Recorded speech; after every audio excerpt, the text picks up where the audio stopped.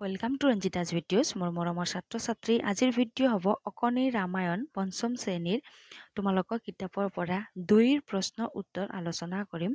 চেনেলত নতুনকৈ আহিছে যদি চেনেল সাবস্ক্ৰাইব কৰি থৈ দিব নতুন নতুন ভিডিঅ'ৰ নটিফিকেশ্যন পাই থাকিব ভিডিঅ' ভাল লাগিলে লাইকো কৰিব আজিৰ ভিডিঅ' আৰম্ভ কৰোঁ প্ৰশ্নাৱলী 1 নং সীতাৰ পিতৃৰ নাম কি আছিল উত্তৰ সীতাৰ পিতৃৰ নাম জনক আছিল 2 নং প্ৰশ্ন উৰ্মিলা কাৰ পত্নী আছিল উত্তৰ উৰ্মিলা লক্ষ্মণৰ পত্নী আছিল 3 নং প্ৰশ্ন ৰজা দশৰথে কাক ৰজা পতাৰ কথা ভাবিছিল উত্তৰ ৰজা দশৰথে ৰামক ৰজা পতাৰ কথা ভাবিছিল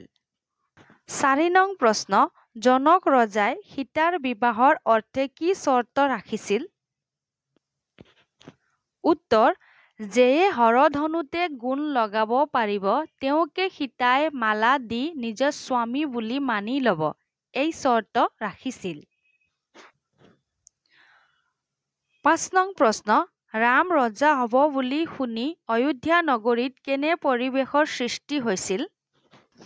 ৰাম ৰজা হ'ব বুলি শুনি অযোধ্যা নগৰীত আনন্দত উত্ৰাৱল হৈছিল গোটেই নগৰখনতে প্ৰজাবিলাকে নিজৰ নিজৰ ঘৰৰ পৰা ওলাই আহি নগৰখন বিতোপনকৈ সজোৱাত লাগি গৈছে দোকান পোহাৰ গছ বিৰি সকলোতে ৰঙা নীলা নিচান উৰুৱাই ৰমক জমক কৰি তুলিছে নচাই নাচিছে গোৱাই গাইছে সকলো ৰঙত মতলীয়া চাৰিওফালে উখল মাখল পৰিৱেশ আছিল বুলি তোমালোকে প্ৰশ্নৰ লগত মিলাই লিখিবা ঠিক আছে প্ৰশ্ন ৰাণী কৈকেয়ীক কোনে কুমন্ত্ৰণা দিছিল উত্তৰত লিখিবা ৰাণী কৈকেয়ীক মন্থৰা নামে এজনী কাম কৰা বুঢ়ীয়ে কুমন্ত্ৰণা দিছিল 8 নং প্ৰশ্ন প্ৰভু মোক ক্ষমা কৰক এতিয়াহে মই জানিলো আপুনি সাধাৰণ নৰমনিষ নহয় এই কথাষাৰ কোনে কাক কৈছিল